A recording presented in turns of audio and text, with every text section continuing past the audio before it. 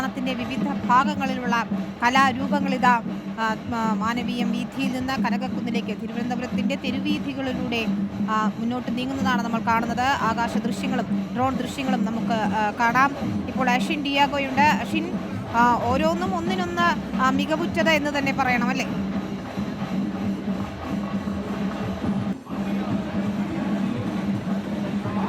വിനിത, തീർച്ചയായും ഞാനുള്ളത് യൂണിവേഴ്സിറ്റി കോളേജിന് മുന്നിലായി ഒരുക്കിയിട്ടുള്ള പവലിയനിലാണ്.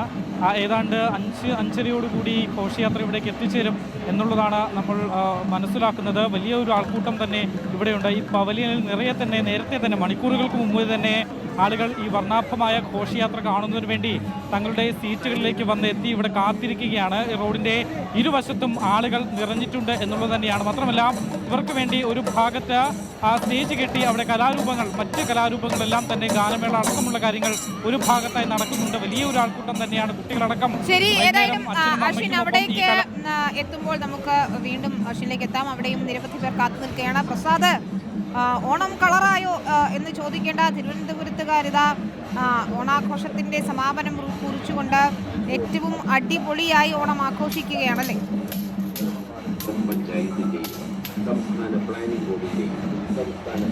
ഉറപ്പായും വിനീത, ഞാനിപ്പോൾ നിൽക്കുന്നത് കനകക്കുന്ന് കൊട്ടാരത്തിൻ്റെ മുന്നിലാണ്. ഇവിടുത്തെ ഒരു പ്രത്യേകത വലിയ ജനക്കൂട്ടം, ഏറ്റവും വലിയ ജനക്കൂട്ടമുള്ള ആ ഭാഗത്തേക്ക് ഏറ്റവും കൂടുതൽ ജനക്കൂട്ടമുള്ള ഒരു ഏരിയയാണിത്. അതായത് കനകക്കുന്നിൻ്റെ അകത്തും പുറത്തുമായി എത്താൻ പറ്റുന്ന സ്ഥലങ്ങളിലെല്ലാം ആളുകൾ നിന്ന് ഈ ഘോഷയാത്ര കാണുന്നതിന് വേണ്ടി ഇവിടെ എത്തിയിട്ടുണ്ട്. റോഡിൻ്റെ ഇരുവശങ്ങളിലും എന്ന് മാത്രമല്ല, കനകക്കുന്നിന് അകത്തും അതുപോലെ തന്നെ പുറത്തും അതിന് മുകളിലും എല്ലാമായി നൂറുകണക്കിന് ആളുകൾ, ആയിരക്കണക്കിന് ആളുകളാണ് ഇവിടെ ഒത്തുചേർന്നിരിക്കുന്നത്.